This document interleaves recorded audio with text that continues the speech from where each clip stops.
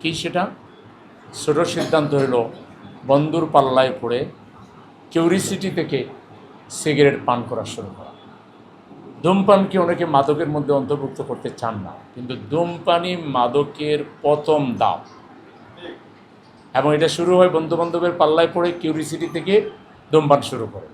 এরপরে পর্যায়ক্রমে একেবারে মূল মাদক সেবন থেকে শুরু করে সর্বনাশ না হওয়া পর্যন্ত এটা চলতে থাকে।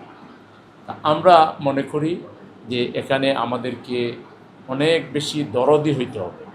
যারা দৈব দুর্বিপাকে পরিবেশের শিকার হয়ে তরুণ তরুণী, যুবক যুবতী কিংবা যে কোনো বয়সের মানুষই মাদকাসক্ত হয়ে গিয়েছে, তাদেরকে ঘৃণা না করে, তাদেরকে সমাজ থেকে আলাদা না করে, বরং দ্রুততম সময়ের ভিতরে তাদেরকে অসুস্থ মানুষ বিবেচনা করে জাতীয় অগ্রাধিকার দিয়ে তাদের নিকটবর্তী জায়গায় চিকিৎসার ব্যবস্থা করতে হবে এবং চিকিৎসাটাকে সহজলভ্য করতে হবে। তাদের প্রতি দরদি হইতে হবে, আন্তরিক হতে হবে। যে মাদক সেবন করলো, পরিস্থিতির শিকার হয়ে গেল, সে যখন মাদকের পয়সা পায় না, তখনই ছিনতাইয়ের পথে যায়, চাঁদাবাজির পথে যায়, তখনই জনজীবনে সে অস্থিরতা তৈরি করে। তাহলে জনজীবনকে যদি সঠিক অবস্থায় রাখতে হয়, নিরাপত্তাপূর্ণ রাখতে হয়, তাকে ঘৃণা করে আপনি পারবেন না। তাকে দ্রুত মেইন স্ট্রিমে আগের জায়গায় ফিরে আনার জন্য বন্ধ হয়ে যেতে হবে, আপনজন হয়ে যেতে হবে।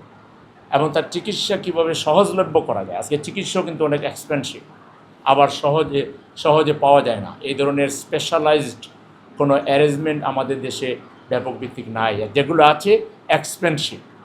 আপনি আপনার সন্তানকে যে ওখানে রেখে, বা একজন অভিভাবক তার সন্তানকে রেখে যে ওখানে তাকে চিকিৎসা করে ফিরিয়ে নিয়ে আসবে, এই পরিমাণ এক্সপেন্সিভ এটাও অনেকের পক্ষে সম্ভব হয় না। তখন পারিবারিক কলহ তৈরি হয়, সেই লোকটা একাকিত্ব অনুভব করে, ছাত্র হইলে পড়ালেখা থেকে মনোযোগ উঠে যায়, তারপরে তার ব্রেইনের উপরে এফেক্ট করে, তার হার্টের উপরে এফেক্ট করে, কিডনির উপরে করে, লিভারের উপরে করে, শ্বাসতন্ত্রের উপরে করে, মানে এক কথায় জীবন শেষ না হওয়া পর্যন্ত এই মাদকের সুবল তার উপরে চলতে থাকে। তো সেজন্যে শুধু মাদক সেবীদেরকে দোষারোপ না করে বা তাদেরকে ঘৃণা না করে, মাদকের কারবারি যারা, এদেরকে চিহ্নিত করে তাদেরকে বলতে হবে, মাদক কারবারের পরিবর্তে তুমি মদের দোকান দাও, তুমি চায়ের দোকান দাও, তুমি ফুচকার দোকান দাও, তুমি মানুষের জীবন সর্বনাশ করিও না। এই কারবারিদের কারবার বন্ধ করতে হবে। এটাতে এই পয়সার দান্দায় প্রশাসনের বিপদগামী একটা অংশ এদেরকে নানাভাবে সাহায্য সহযোগিতা করে। এদেরকেও বুঝাতে হবে যে ভাই, তুমি প্রশাসনের থেকে তুমি একটা অন্যায় গর্হিত কাজকে তো সাপোর্ট করতে পারো, হ্যাঁ, আবার মাদকসেবী একটা ধরে ইচ্ছা মতো ডান্ডাও লাগাইতে পারো না। একটা মাদকসেবী, মাদক সেবন করে যারা, এরা সব কি একেবারে ছোট লোকের সন্তান? বরং অনেক ক্ষেত্রে বড় লোকের সন্তানটাই এটা আরও বেশি করে, যাদের পয়সা করে আছে। তাইলে তুমি যে একটা ছেলের গায়ে হাত তুলে দিলা, লাঠি আছে বলে হাতে, তোমার এটা দায়িত্ব না। বরং যদি ধরে তার অভিভাবকের কাছে সমঝিয়ে দাও, ধরে তাকে কোনো ভালো সরকারি হাসপাতাল থাকলে ওখানে তার চিকিৎসার ব্যবস্থা করো। এই যে একটা ঘৃণার সমাজ তৈরি করা হয়েছে, আমরা এখান থেকে বেরিয়ে আসতে চাই।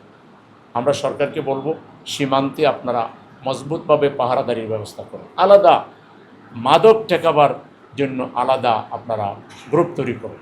সীমান্তে যারা পাহারা দেয় তাদের বাইরেও আলাদা নজরদারি, আলাদা গোয়েন্দা নজরদারি, আলাদা পাহারাদারির ব্যবস্থা করুন, যাতে কোনোভাবে সীমান্ত হয়ে আমাদের এখানে মাদক আসতে না পারে। এবং মাদকের ব্যবসায়ীদেরকে আপনারা কন্ট্রোল করুন, এবং মাদক যত্রতত্র যাতে পাওয়া না যায়, এটাকে একটু রেস্ট্রিক্টেড করো, একেবারেই রেস্ট্রিক্টেড করো। এটা যেন কোনোভাবে যেখানে সেখানে পাওয়া না যায়। মাদক পাইতে হলে যেন অনেক কষ্ট করা লাগে। সেই ধরনের কিছু উদ্যোগের মাধ্যমে, আর সবচেয়ে বেশি হলো মোরাল চর্চা বাড়াতে হবে। আমাদের যুব সমাজ, তরুণ সমাজের কাছে কোরআনের বাণী পৌঁছে দিতে হবে, রসুলের চরিত্র সম্বলিত রসুলের যে জীবনী আছে সেটা তাদের কাছে পৌঁছে দিতে হবে, সাহাবা ইকরামের জীবনী পৌঁছে দিতে হবে, ভালো মানুষদের গল্প তাদেরকে শোনাইতে হবে। তাদের জন্য ভালো পাঠাগার তৈরি করতে হবে, যেন তারা অবসর সময় বই পড়তে পারে, ভালো ভালো বই যেগুলো জীবনকে সমৃদ্ধ করে। তাদের জন্য সুস্থ বিনোদন কেন্দ্র বানাইতে হবে, কালচারাল বিভিন্ন একাডেমি করতে হবে, যেগুলোতে তারা সাংস্কৃতিক সুস্থ বিনোদনের মাধ্যমে তাকে সে সঠিক পথে রাখতে পারে। তাদের জন্য খেলাধুলার উন্মুক্ত সবুজ চত্বরের আয়োজন করতে হবে, খেলাধুলার পরিবেশ দিতে হবে।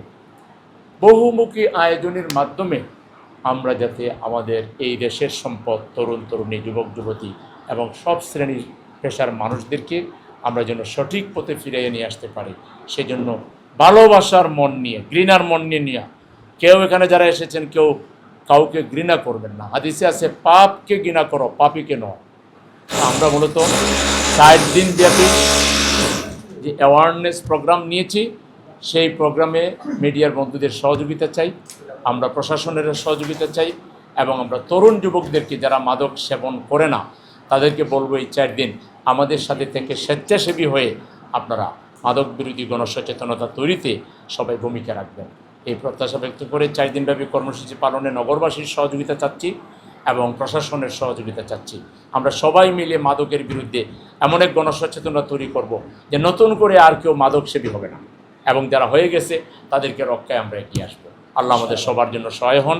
আপনাদের কষ্ট করার জন্য মিডিয়ার ভাইদেরকে ধন্যবাদ, এবং স্বেচ্ছাসেবী ভাইয়েরা যারা এসেছেন আপনাদেরকে অনেক অনেক ধন্যবাদ। এই 4 দিনের কর্মসূচি বাস্তবায়নে আপনারা অত্যন্ত অগ্রণী ভূমিকা পালন করবেন সেই প্রত্যাশা ব্যক্ত করে